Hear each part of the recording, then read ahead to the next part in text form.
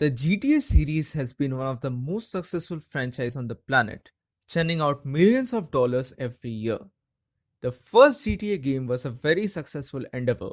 However, with time, it has grown to crazy new levels. And GTA 5 is one of the best examples for this.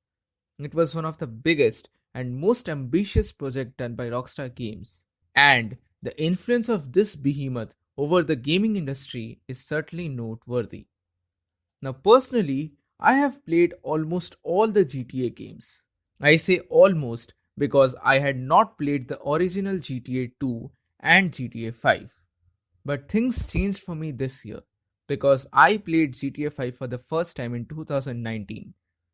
Welcome to Wonder YC, and in this video, I will give my honest opinions about it. Well, I used to had a very basic desktop for all these years. It had just 1 GB of AMD graphics card, so heavy gaming was mostly non-existent for me. I barely managed to play games like GTA San Andreas and GTA 4 with low settings on it. As expected, GTA 5 was simply an impossible task on it. But in November last year, I finally bought a laptop. It's not the most advanced gaming laptop or something like that, but it is quite decent enough to run most modern games on moderate settings. So after nearly 5 years of its release, I was finally able to get my hands on GTA 5. I had previously seen and tested the game for about 10 to 20 minutes on one of my friend's laptop. However, 10 minutes is not good enough to give proper opinions on something. Anyway, with all this said and done, I begin with my views. The very first thing that hit me when I started playing GTA 5 was its immersive and beautiful graphics. And I really mean it. The level of details in this game is just downright crazy. It is so damn beautiful to look at. Today, graphics is something we honestly take granted for to some level because of games like these that made graphics an industry norm.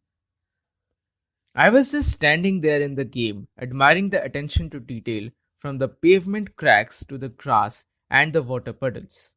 Sure, today's games are even better in graphics management, but this is a 5-year-old game that we are talking about that is going toe to toe with the current generation games.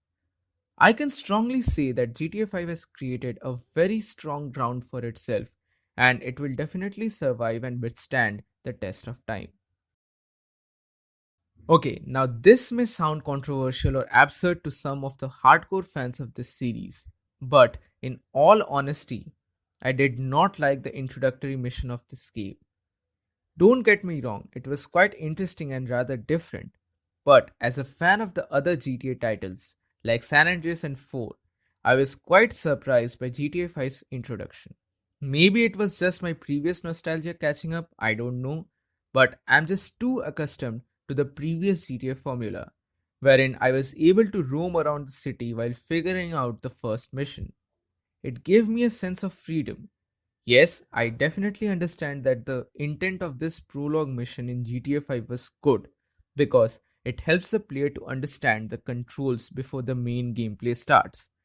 However, this gave me a non-GTA vibe, because GTA was all about freedom and the ability to free roam. However, that is certainly not possible in this prologue. I was a bit disappointed owing to the fact that for the rest of the gameplay of GTA 5, I will be able to visit this place, that is North Yankton facility, only once. Moving on, we are introduced to Franklin and Lamar. Now this is GTA in its full glory. We have to drive across the city to reach Simeon's car dealership. This is just beautifully choreographed and helps the player get used to the driving mechanics. Over the next couple of missions, we get to understand most of the controls and new stuff implemented in this game, such as the special abilities and the protagonist switching mechanism. Let's be honest, I absolutely love this. Yes, the gun system was a bit rusty in my taste, but it was definitely a far better experience than GTA 4. Moreover, the gun wheel system is amazing indeed. After 5 years of its release, players can easily overlook this little functionality tweak. However, it was quite innovative. Now, I won't dive into all the missions of this game. Giving my thoughts about all of them would really make this a never ending video, so I'll just glance over them if and wherever needed. Okay, so I've already established how beautiful this game looks, but still, I feel like I need to reiterate this fact again and again. And not just the city, the real fun lies outside Los Santos, zooming over into the desert. Palito Bay and Mount Chiliad just looks stunning. I often find myself roaming across the vast stretches of the mountains to admire the nature. This was one of the main things that I didn't like in GTA 4, that is the lack of nature. In GTA 4, everything was just Liberty City. There was no chance for wild exploration at all. So, major props to Rockstar for amending that. Overall, I can say that there are many things that are honestly done well in GTA 5. The cars look gorgeous, the NPC interactions are interesting, and the strangers and freak missions, especially Michael's alien adventures, were among the best. I also loved the wide variety of guns that are available for the characters. Another small but really cool addition to the game was the Director Studio mode, which is really fun to experiment with. However, as you know, nothing's perfect in life, and GTA 5 is not devoid of this rule. I wanted to make this video solely on the basis of GTA 5 alone, but I'm sorry, I'll have to bring in a little comparison from the other GTA titles in this particular section. So let's begin with GTA San Andreas, the title which is most similar to GTA 5 for obvious reasons. Now, you may call me biased, but I really like the character of CJ much more. I felt it was much more grounded than any other protagonist from GTA 5. There was a real motivation behind his actions. The betrayal by Big Smoke and Ryder were really exceptional. Contrary to that, everything that happens in GTA 5 just stems down to one incident from North Yankton, a place we are allowed to visit only twice in the gameplay, and there is no real twist in the story. Moreover, for me, only Trevor stood out as a sound character.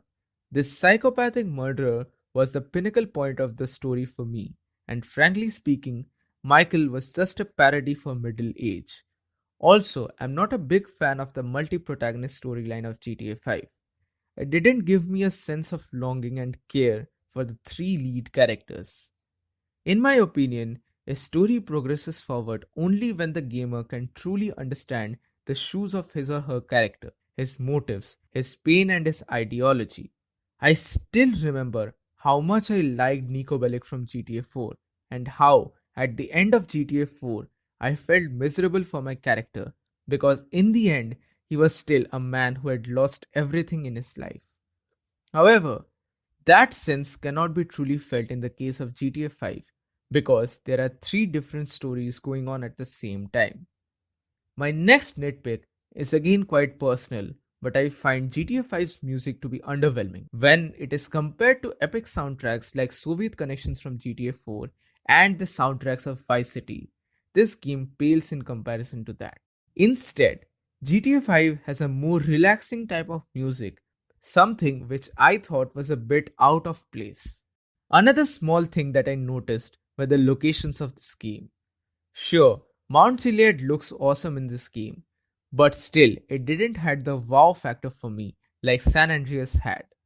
I mean, the locations of San Andreas have become a legend now, even though the graphics of that game are really poor for today's standard, but still, I love to explore the locations like Back of Beyond, Shady Creek, Angel Pine, Verdant Meadows, Area 69, etc.